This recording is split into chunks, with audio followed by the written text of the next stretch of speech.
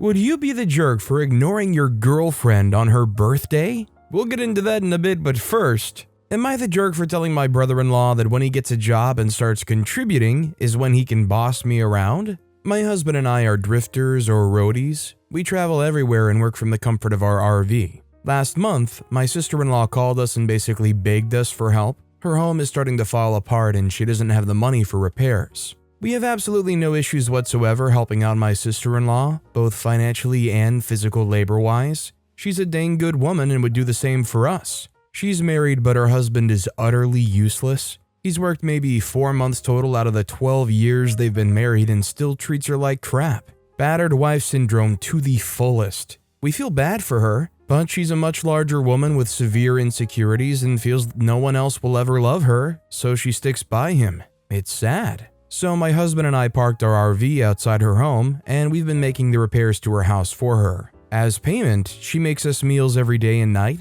and we can shower or run our electric from her house, so we don't waste gas or water. She's always expressing her gratitude. Now we have to fix her foundation, her roof, and some of her walls, water damage. We have all the resources, knowledge, and licenses to do so, but at least 3 times a day her husband is yelling at us. Stop opening that dang door so much. Get your butt out the shower, you're taking too long. You ain't having the leftovers, those are mine. This is my dang house. Quit turning that dang light on. It's literally constant. I swear he only gets up off his butt to yell at us for something, and sister-in-law always has our back, but it just starts arguments between them. Well, yesterday I had enough. My sister-in-law was on a phone interview, and he went into the room she was in to start yelling at her for us blocking his access to the front door. He never leaves, so I don't know what the issue was. She gets off the phone and just starts crying and goes upstairs. I lost it a bit and said, when you get off your lazy freaking butt and actually contribute to literally anything in life is when you can start bossing me around. Until then, sit your butt on that freaking couch and leave my sister-in-law and us alone. He started in with the whole "this is my house" bull, so I retorted with, the freak it is, it's your daughter's house. Neither you or your wife's name is on this property. The house was given to their child when father-in-law passed. The kid is 16. He actually left, and my sister-in-law is now upset. Was what OP said necessary? Probably not, but I can't fault them personally for this. I mean, how much can you personally take, and how much can you personally see somebody that you care about and want to help out take from somebody so ungrateful for everything in their life? Did OP go too far here? Was OP out of line? I'd like to know what you guys think. Also, hi, I'm Steven, and if you guys enjoy getting to decide whether or not all of these people are jerks, why not hit those like and subscribe buttons down below?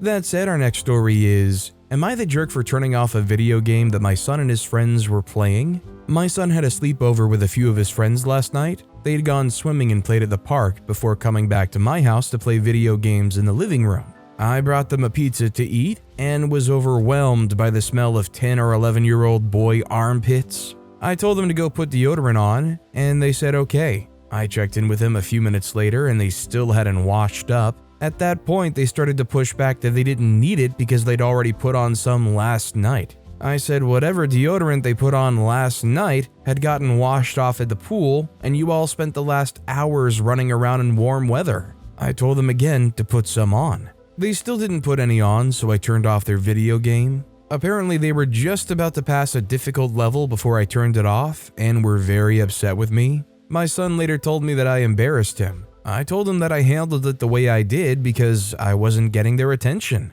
If this was like a sleepover type thing where they all brought their own supplies, I could understand OP saying, hey, I'm gonna be honest, you guys kinda smell, can you put some deodorant on? I mean, let's be real, who wants that kind of odor lingering around your house? If I were in the kid's position back then, I know I would have been annoyed, but honestly, I don't think OP was too crazy here. This next story is, am I the jerk for making my parents kick my nephew out of their will? I, 47-year-old female, have always had a very strained relationship with my brother, 51-year-old male. He's had a very bad accident when he was 17 and spent 3 months in a coma. Ever since, he's been the child my parents swooned over, and they make excuses for everything he does. I've been to therapy because of this for over a decade, as I resented him for my parents forgetting about me when I was younger, even though I love my parents to death. My nephew, 31-year-old male, has basically been raised by my parents as well. His mom passed away during childbirth, and my brother lived with our parents till about 4 years ago when he moved in with his girlfriend.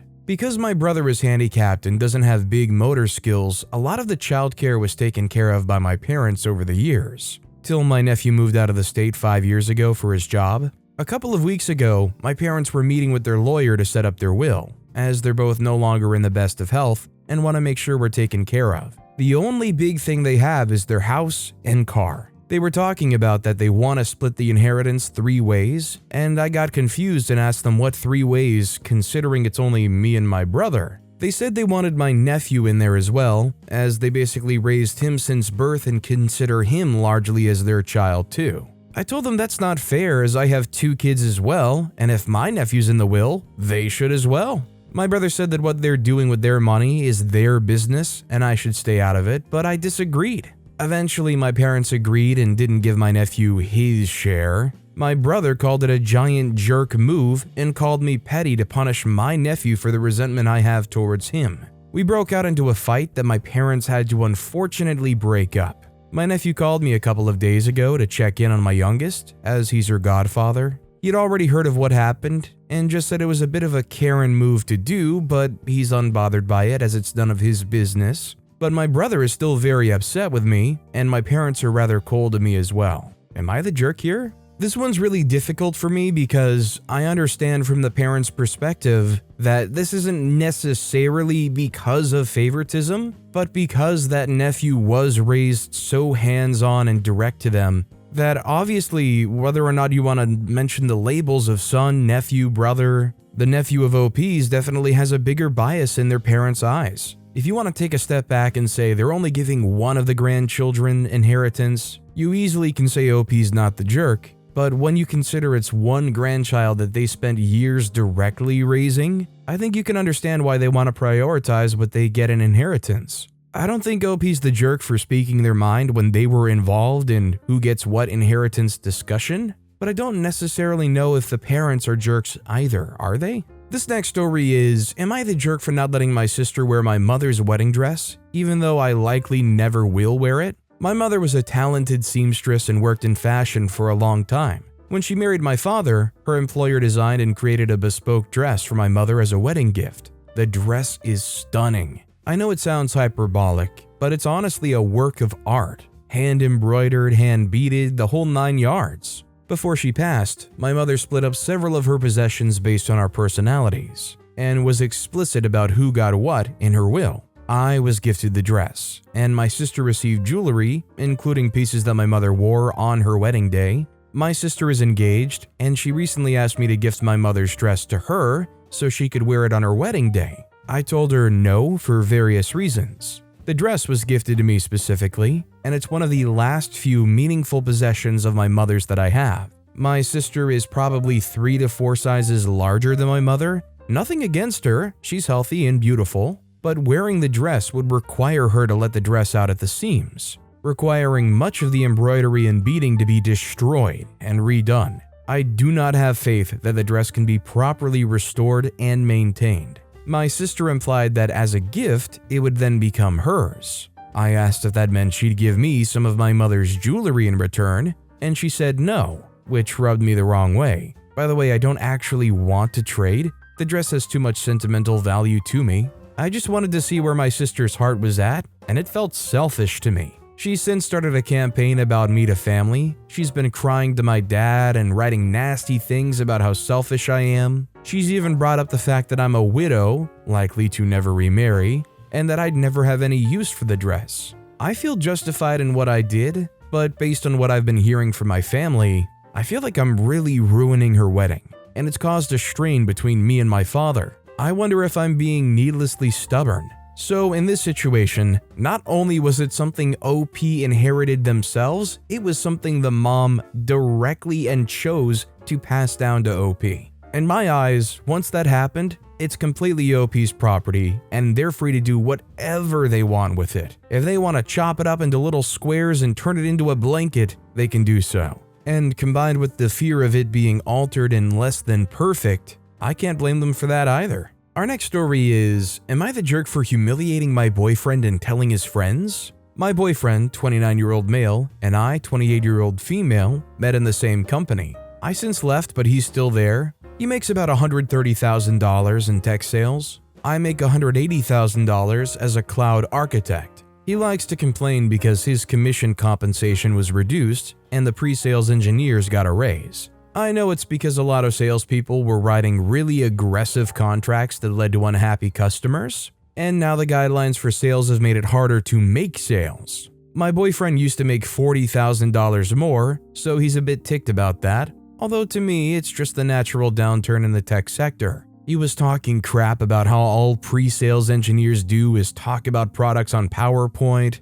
and don't do any actual work that makes the customer sign. I got annoyed because he doesn't know anything about tech, and most pre-sales engineers I used to work at had 4 to 8 years of software development experience, not to mention very specific training on the products before they got to be making that salary. I have 2 years of support experience, 3 years of software dev experience before I made $180,000, and my boyfriend only has sales experience, so to discount with how much knowledge is needed is pretty crappy. He said he knows some coding and could take their jobs. I told him since he thinks he knows their role, he should be able to pass a junior coding interview and technical questions. He agreed and said loser pays for dinner, and I agreed. I got some interview questions and coding questions like FizzBuzz and HashMap coding questions. He couldn't answer a single question, not even things like, what's the difference between Java and Python? Explain what the OSI layers are, what caching is, and the craziest one is what's the difference between SaaS and IaaS, which he definitely should know because he's selling SaaS products. I had 10 very basic questions and he couldn't answer a single one. He also didn't make any of the code run. He was ticked and argued with me the entire time, but I googled things to prove he wasn't right. He would sulk and didn't pay for dinner. I was kind of bitter that he didn't pay for dinner, and when a friend of his came over a week later, I told him about it and we had a good laugh. Because he always likes to complain how easy engineers have it while he has to travel, and boasts how he could do their jobs easily. He was there and yelled at me later for humiliating him. So first of all, I think OP's definitely not the jerk. I think it's almost always fair to defend your line of work when somebody criticizes why it even exists or how easy you've got it doing that work. I've spent a number of years around game development related things, not even on the technical side of things, on the creative side of things. And let me tell you, the fact that they couldn't even answer what the difference between Java and Python was indicates that they have no coding knowledge. The difference between Java and Python is like the easiest softball question you could possibly have. It's essentially asking, what's the difference between English and Spanish? Our next story is, am I the jerk for refusing to give my college fund to my half-sister? Some background info. My dad died before I, 18-year-old male, was born, and my mom remarried and had my half-sister, 17-year-old female, with her new husband. Last year, my grandparents, dad's parents, let me know that they'd been saving a college fund for me and over the years have saved a substantial amount. This year, I applied to colleges and got into my dream school, Oxford. To clarify, I'm American, so not eligible for most forms of financial aid, and going there would wipe out most of my college fund. I also got into some really good options in the US like Berkeley, UCLA, and Cornell, all with really generous scholarships and financial aid that meant I could attend very affordably. I considered all my options and decided that it was worth paying more for Oxford because A, it'll get me closer to my long-term goals, and B, it's been a lifelong dream of mine to attend. My sister and mom didn't like this decision. Essentially, they wanted me to go to an affordable option and give the college fund to my sister. This is because my sister doesn't have the grades to get scholarships and will need money to pay for college, whereas I can go for almost free. Honestly, I don't think that's my problem. My sister isn't even related to my dad or grandparents, so it wouldn't make sense to give the money to her. Plus, it's her responsibility to get good grades. So I don't see why I should have to give up my dream because she didn't do well. She confronted me, calling me selfish for refusing to help her out, saying I'm making her sacrifice her dreams of going to college. I pointed out that she was doing the same thing, asking me to give up my dream. She called me a selfish jerk. I think she's at fault here because she failed to do what she needed in order to achieve her goals and is now asking me to make sacrifices for her. Am I the jerk? Yeah, OP's clearly not the jerk here. It really put it in perspective for me when OP mentioned how this would be them giving up on their dream just to accommodate somebody else who didn't do the work they needed to do to achieve their dream. It's just not fair, it's not reasonable, and honestly, if those grandparents had set that college fund up in the smart way, only OP would have been able to access it and use it only for college. This next story is, am I the jerk for always making my sister-in-law uncomfortable and rolling my eyes when she started crying? 3 years ago, I, 27-year-old female, finally worked up the strength to leave, to put it lightly, a really bad marriage to a not-so-nice man, 48 male, whom I share 2 children, 7-year-old female and 5-year-old male. My brother, 30-year-old male, offered to let me stay with him and his wife, 30-year-old female, who was pregnant at the time, for a few months, while everything was getting sorted, divorce and custody. At first I was going to stay with my parents, but sister-in-law insisted I come see them so my kids could treat it like a holiday, due to them living a 2-minute walk from the beach. Everything was going great for a week. I paid my way and helped around the house, till one day I came back from the beach to all our stuff outside, with my brother red-faced in anger. Confused, I asked what's wrong. He told me that his wife told him everything. That I've been calling her ugly, fat, saying when she'd make herself food, I'd mock her, which caused her to stop eating. I said after everything I've been through, I would never do that to someone else, and asked to speak to my sister-in-law who was peeking out the door. My brother screamed at me, telling me to leave before he'd call my ex. So I did and went to live with my parents. He tried turning my family against me, but no one believed it, because I'm not that type of person. They were mad at him though, which caused him to go low contact for a few months. But long story short, she accused multiple people of saying cruel things, which even cost her job and a lot of friends. Turns out she had an ED and bipolar disorder, which pregnancy made it worse. He's made up with our parents and acts like since she has mental health issues, we should just forgive her. I've made it very clear I don't forgive either of them, and anytime they've tried to talk it out, I've told them to freak off. It's caused my sister-in-law to feel uncomfortable and unwelcome in the family. The other day, I stopped by my parents' house to collect something, and they were there. Sister-in-law looked upset. Apparently she's pregnant again, so she's again struggling with her mental health. The minute she sees me, she comes up crying and apologizing for the 100th time. I roll my eyes and then tell her I honestly couldn't give a crap, leave me alone. Before walking out, my brother tells me I'm doing to her mentally what my husband did to me, and I've turned into a monster. I'm really conflicted here because OP was clearly at their lowest point, and to feel backstabbed and thrown out the way OP did and not believed when they were telling the truth the whole time, it's something I think can very easily turn into a lifelong grudge. But at the same time, you know that this person's been dealing with mental issues and is at the point of crying, coming up to you and trying to apologize. Is it just unsalvageable? Is it reasonable for OP to insist that it is unsalvageable? The only thing that really makes me feel like OP is not the jerk after all of this is the fact that OP's brother's willing to look them in the eyes and say, "You're doing to my wife what your abusive husband did to you." That probably cut away any sympathy that might have been growing. Our next story is, am I the jerk? My wife thinks so. Me, 27-year-old male, and my wife, 26-year-old female, recently had a baby a little while ago. My wife was taking a nap and I had the responsibility of watching the baby, so I was. I was sitting on the floor with her, our daughter, and she was playing and she tried to stand up. I encouraged her and she stood on her own. She started walking, taking her first steps, and I started clapping and congratulating her. I stood up and picked her up and spun us around, and my wife woke up and came in and asked what was going on. When I told her what happened, she called me a jerk for not waiting for her to be awake to encourage our daughter to start walking. Am I the jerk?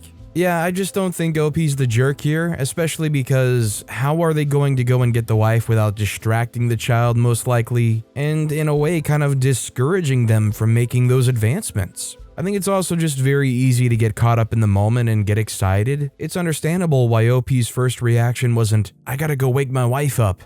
Our next story is, am I the jerk for bringing my kids back inside when sister-in-law sent her kid out to play? 29-year-old female. My husband and I live right next door to his sister, 43-year-old female. We have 3 kids, she has 1. Now, maybe I'm a bit of a helicopter mom, but I refuse to send my kids outdoors to play without me. It's a big yard and it's fairly close to the main road, and our youngest is only 6 and has ADHD and impulse control issues. Anyway, my sister-in-law will send her kid outside for hours on end and never check on her. She just sits at her computer all day playing games. And now, where she knows I'm going to be outside with my kids, she just sends her kids out, constantly expecting me to keep an eye on her. I've told my husband several times I'm getting a bit fed up with being a watchful eye to anyone but our kids, and he said he would speak to his sister, which he did. Her response was, "I don't see the big deal when she's outside anyways, and it's not like she needs constant supervision." So in the end, nothing changed.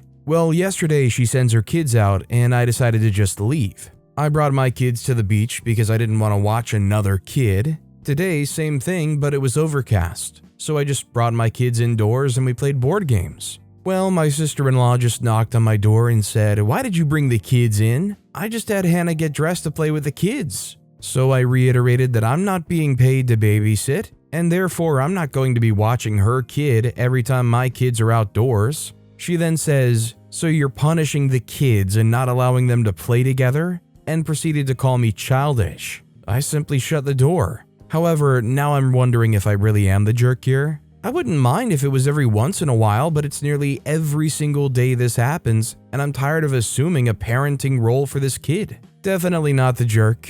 When you go outside and you want to have fun with your kids, or you want to have your kids run around, you don't want to have to watch other people's kids as well. It's not OP's responsibility, and it's unfair to both OP and the kid. OP, it's pretty obvious, but for the kid to have to experience everybody packing up and leaving as soon as they show up, just because their parent can't take the time to ever watch them. Our next story is, am I the jerk for drunk calling my friend's ex-boyfriend to take care of her baby? I, 26-year-old female, have a friend Maya, 26-year-old female, from college. She invited me to her birthday, a tacos and tequila night. I was late to the party due to traffic, and surprised by the number of people in her flat. There was a group chat for the party that had around 15 people, and I could see 40-ish in her garden. Most people were very drunk, and I was sober at that point. I saw Maya and she dragged me to do a shot with her. That turned into about 4. I wore a nice coat, and even though I was tipsy, I remember feeling warm and wanting to put it away in case it gets dirty. I asked Maya if I could go put it away. She told me to put it on her bed upstairs. I went upstairs and saw her 4-month-old son was in his cot. He was crying, and I didn't hear it before as there was loud music. Maya was definitely too drunk to take care of him, and I'm a massive lightweight, so I knew the shots would hit me soon, so I wouldn't be able to either. I called Maya's ex-boyfriend Tom, her son's dad, to come and collect the baby, as it was definitely unsafe to leave him unattended. Tom thanked me for letting him know and said he'd be over soon. Maya saw me open the door for Tom and slammed it in his face. She yelled at me saying they'd just broken up and she didn't want to see him.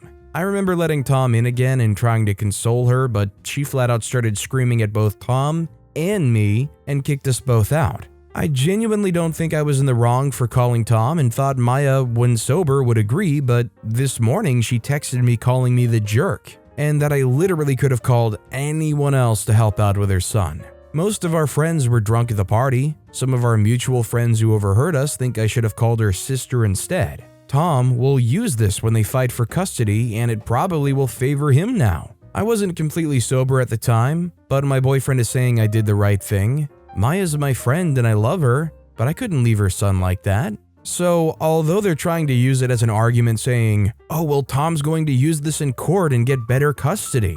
I mean, I'm sorry, but yeah. She didn't plan for any kind of childcare while she and all of her friends got drunk downstairs with loud music. So I'm sorry if that ever got out and it's realized, hey, that's not a very good parental thing to do. Good going, you just revealed that this mother left her 4-month-old unattended while she was drunk partying downstairs. OB should just cover it up? This next story is, am I the jerk for not letting my niece wear pajamas to my wedding? I got married last weekend. The morning of, everything was going great until my sister arrived. She was a bridesmaid. My 3-year-old niece was with her and wearing pajamas. I didn't think much of it at first, as it was still morning and figured they were both changing. My sister got in her dress and then tried to put my niece in hers. Niece was not having it and threw a huge tantrum. This was a dress she'd worn before, tags were cut off. It wasn't a fancy dress by any means. My sister said she'd bought it from Carter's. Eventually, my sister said it wasn't worth the struggle and she didn't have to wear the dress. I asked what the plan was. She said she'll just wear her pajamas. They weren't clean either and were smeared with the niece's breakfast from the morning. My niece was the flower girl. I said from the start, I don't care what she wears, so long as it matched the color scheme, which this didn't. She could either wear a dress or a polo and khakis, anything semi-formal. I get dressing kids in fancy clothes is a chore, so I try to make it easy. But I felt this was a step too far. I asked my sister if she could go buy something else as we were near a Target and an Old Navy. My sister said it wasn't a big deal. I said it was to me. We went back and forth until it became clear my niece couldn't come to the wedding, even if she wasn't a flower girl, in the pajamas. Finally, my sister got niece dressed. Niece was kicking and screaming, threw a whole tantrum. She was calmed down before we walked down the aisle, but my sister was visibly upset. Later on, my sister made it clear she thought I was a bridezilla and I should have just let it go. Am I a jerk? Definitely not the jerk. It's one thing to say anything that just, looks nice and presentable, and another to say breakfast Kate pajamas. You're definitely not a bridezilla for being upset about that. This next story is, am I the jerk for mostly ignoring my girlfriend on her birthday? Yesterday we celebrated my, male 23, girlfriend's, female 21, 21st birthday. Her parents threw a big celebration party with all her friends and family. For me personally, this was the first time I met anyone in her family with the exception of her parents. It was also her first birthday I celebrated with her since we've been dating for around 7 months. Now, I'm originally from Romania, from a region called Maramuresh, but I've been living abroad for 11 years now. My girlfriend mentioned at some point that one of her grandmothers was also from Romania, but we didn't discuss it in detail. So yesterday, I met my girlfriend's grandmother, and what can I say? I couldn't believe how small the world was. Not only was she Romanian, but from the same county as me, Maramuresh. So we talked, and talked a lot. She told me her life story. We reminisced about Baia Mare. I really enjoyed the conversation, especially talking in my native language. And that's how I spent most of the party. Of course, when my girlfriend asked me to take photos with her or when the cake came, I gave her my full attention, but for the most part, she spent time with her friends, dancing, drinking, etc., while I was just talking with her grandmother. I didn't pay it much mind, but after the party was done, she told me she felt neglected by me during her birthday, and this morning she seems ticked off at me. I really don't think OP's the jerk here, especially considering how awesome this discussion is, as long as they didn't ignore their girlfriend when they wanted their attention or when they deserved the attention. I don't see how OP could have messed up or ruined anything here. Our next story is, am I the jerk for making a woman leave my house? I, 30-year-old male, was talking with my wife's friend who was there for dinner. She tried to hug my son, 7, but he had a bad day and said no thanks. She kept pressuring him, and when he didn't budge, she looked at me. I said a kid at school started a fight with him and he was grumpy, so maybe later. She said, come on, you're just gonna let him disobey like that? I said I raised him to build his own boundaries and say no when something violates them, and I would never make him break them for someone else. She laughed and said he's lucky he's not her kid, and that behavior would be fixed fast. I had my son go to his room, and then I told her to get out. I said the reason I got out of bed in the morning was to see my son grow another day older, and I would not stand for him being treated like a pet rather than a person. She called me a jerk and left. My wife is disappointed because she went to yoga with her, but says she can't scold me because she'd probably do the same. Am I the jerk? I feel bad for OP for getting some shame from their wife, even though they said themselves, you did the right thing. I think what OP did here was a beautiful thing, and I think even more so they should sit down and reaffirm that with their kid, and let them know that they did everything exactly right. It is completely fine to have those boundaries, and honestly, as a kid that wasn't the most open to touch or being outgoing, I appreciate parents who allow their kids to have those boundaries. I remember times when I was little and strangers who I didn't know would want to give me a hug or kiss me on my cheek or whatever, and I have memories as a kid of everybody laughing, my parents included, while I was running away from this lady around this room who wanted to give me a kiss on my cheek with lipstick. Everybody just thought it was funny. But with that being said, that's all the time we have for today. Now, if you want to hear another absolutely crazy Am I the Jerk Here story, check out that video on the left. Or if you missed my latest video, check out that video on the right. That said, I'll see you all next time with some more stories.